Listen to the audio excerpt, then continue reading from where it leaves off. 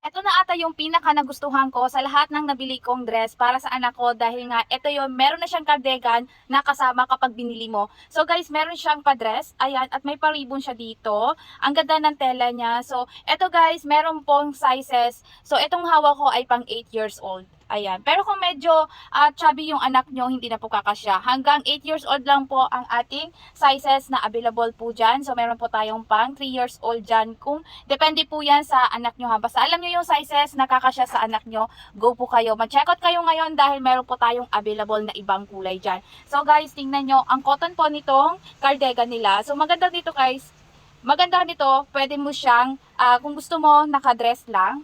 Ayan, tanggalin mo yung cardigan. Ang ganda ng pagka-dress nito, oh.